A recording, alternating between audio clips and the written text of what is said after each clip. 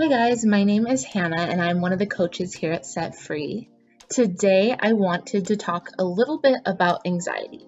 I know that is quite the common term. It's used in normal language throughout people's lives, even those that don't struggle with their mental health. But I kind of wanted to give it a little bit more definition so that you know what to do if you're feeling like my anxiety is overwhelming me. Is this normal? Let's start off with the question that gets asked all the time. So, isn't everybody supposed to have anxiety? And the correct answer is yes.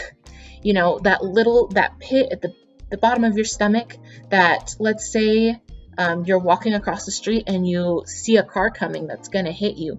Yeah, you get anxiety and that gets you out of the way.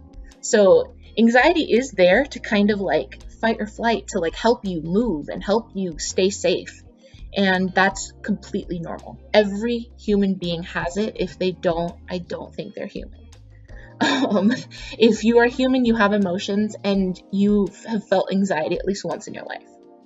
Now, when it gets to be a problem, or when it gets to be to a point where you feel like you can't function, kind of like depression. I know in another video we talk about depression. If it starts to impede in your whether it be work, school, social life, family, your relationships, any of those things, if the anxiety is just overwhelming and it gets to all of those relationships, that's when it could be a problem. And you can go see a professional about that. Please see a professional. I'm going to list off a couple of symptoms of anxiety, but again, don't Google it. Go see a professional. Let them help you. Let them decide if you have a disorder or not.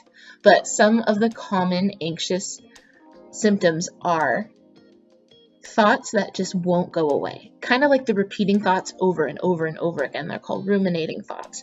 Thoughts that you cannot stop thinking about that. It could be your physiological symptoms. So this can be your foot tapping up and down, constantly like shaking, constantly feeling like you need to move, you need to do something. It can also come out in like sweating, in your heart pounding, you feeling like you're not getting enough air. Some of the symptoms can be loss of concentration, feeling a little forgetful about things. It could be any of the, it could be, the list goes on. And again, everybody is different, which is why you should go see a professional if you think this relates to you. Now, I wanted to also define a couple other things that I know are starting to be said a little bit more often than usual, which are anxiety attacks and panic attacks. Yes, there is a difference between the two, and I know that people use them interchangeably, so you kind of, when talking about it with other people, making sure that they know what it is, or at least understanding what their definition of it is. So first with anxiety attack.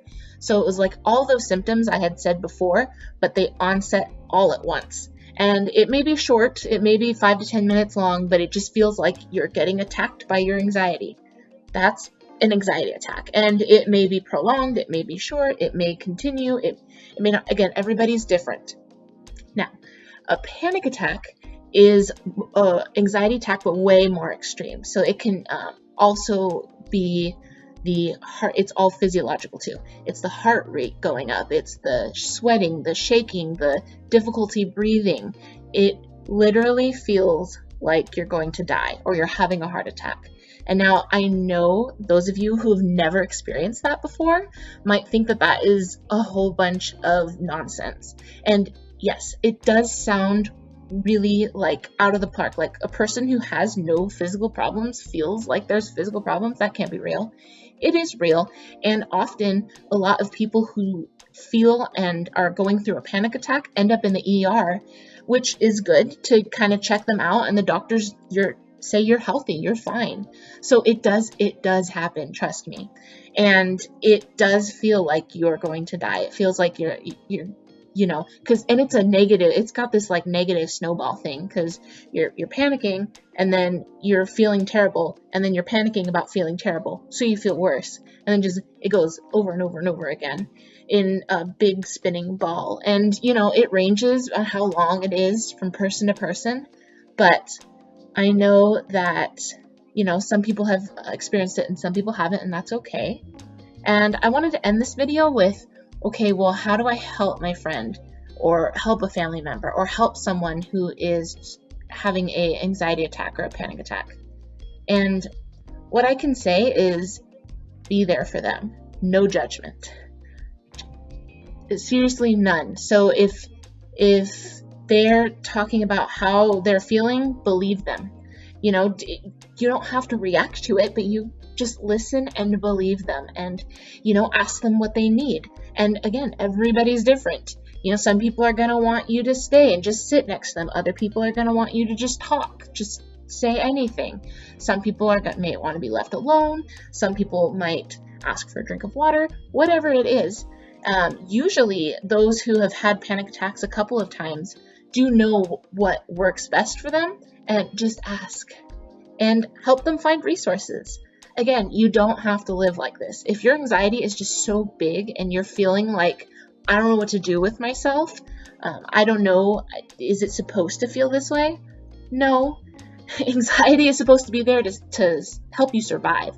It's not supposed to be there every second of every day, and definitely not supposed to be getting in the way of your everyday functioning.